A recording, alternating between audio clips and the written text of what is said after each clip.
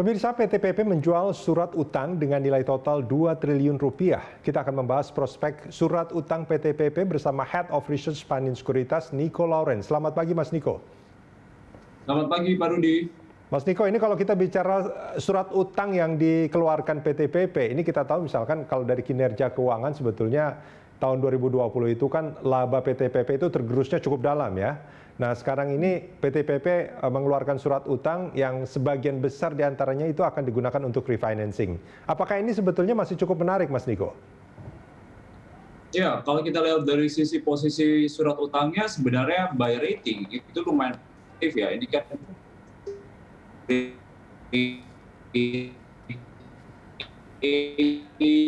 dari Pevindo. Dan kalau investor agak khawatir dari sisi ada potensi dari default risk atau kemungkinan gagal bayar. Mungkin kalau kita lihat tahun lalu, tadi seperti di info itu earnings-nya nggak begitu bagus, tergerus cukup dalam. Cuman kita ekspektasi di tahun ini akan ada recovery dari sisi earnings ya. Salah satunya sih udah lumayan kelihatan. Jadi kalau kita lihat kontrak-kontrak baru itu dari company itu ada akselerasi, kelihatan di periode April dan juga Mei, dan kita ekspektasi nanti di second half akan lebih baik lagi ya. Karena kita tahu biasanya tender ini akan lebih banyak di second half, jadi itu harapannya akan meningkatkan kontrak baru, dan translasi dari kontrak baru ke pendapatan itu juga akan lebih positif. Karena kita tahu nih di tahun lalu itu kan PT PP revenue-nya tergerusnya cukup dalam ya, karena kita tahu bahwa sistem dari konstruksi ini kan pengerjaannya berdasarkan progress of complete. Jadi ketika misalnya suatu project itu udah mencapai level-level milestone yang ditentukan misalnya 30%, 70%, 100%, itu mereka baru bisa catat itu sebagai pendapatan. Cuman kalau kita lihat dari sisi pengerjaannya tahun lalu minim karena ada physical distancing dan progresnya itu lambat, itu yang bikin pendapatan mereka tuh agak lemah sebenarnya. Cuman kalau kita lihat sebenarnya di tahun ini dan ekspektasinya nanti di second half, itu kita lihat revenue ini akan lebih accelerate. Karena pengerjaan kontrak di lapangan udah mulai banyak, vaccination rate, itu Indonesia salah satu yang positif ya kalau kita lihat di Southeast, di Asia. Karena kita sekarang tuh jumlah vaksinasi yang 2 kali itu dari 5%,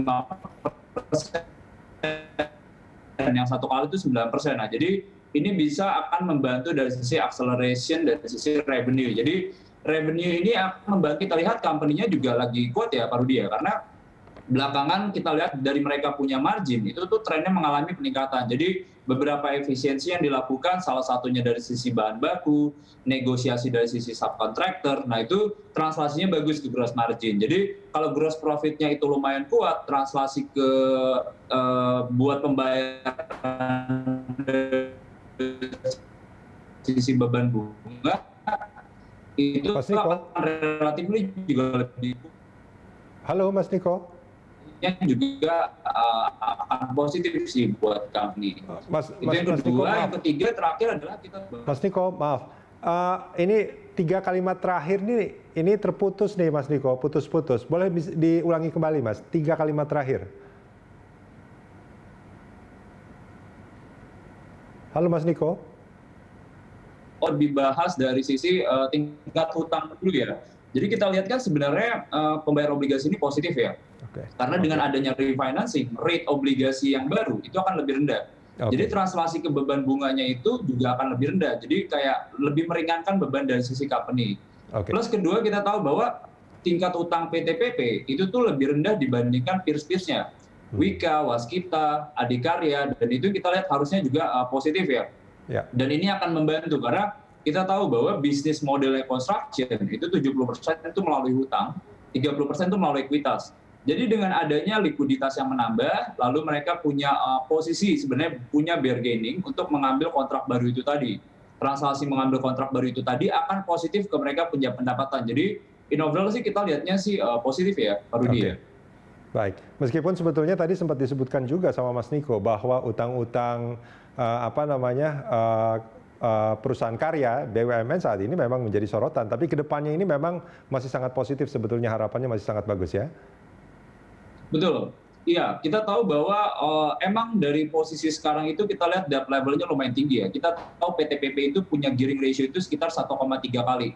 itu lebih rendah dibandingkan peers. Cuman kita akuin bahwa utang itu tinggi. Cuman kita tahu sebenarnya kita mungkin nggak bisa lihat kayak posisi neraca sekarang. Cuman ekspektasi posisi neracanya akan seperti apa sebenarnya. Contohnya gini sih. Jadi kita tahu kan bahwa tahun ini Indonesia lagi gencar-gencarnya melakukan divestment ya, potensi divestment melalui sovereign wealth fund. Itu dari Indonesia Investment Authority. Jadi ada dana dari foreign keluar, mereka akan dikelola dari sovereign wealth fund itu tadi, mereka akan invest ke beberapa tol yang sebenarnya bisa di-divest nih dari beberapa company, itu bisa dalam bentuk toll road, itu dan sea-tol, airport juga, nah itu translasinya positif. Nah, once mereka bisa divest, itu kan mereka akan ada cash yang didapat dari situ, dan itu akan meringankan dari sisi komposisi neracanya. Yang kedua, ketika mereka divest, seandainya porsinya lebih kecil, 30% ke 10%. Nah, jadi secara pencatatan pun mereka nggak konsolidasi itu tuh ke laporan keuangan. Jadi beban hutangnya atau tingkat hutangnya akan terasa lebih rendah. Nah, jadi harapan kita dengan rencana-rencana pemain construction ini melakukan divestasi, harusnya akan positif ke mereka punya posisi neraca. Plus kita tahu ya, PTPP kan juga ada salah satu rencana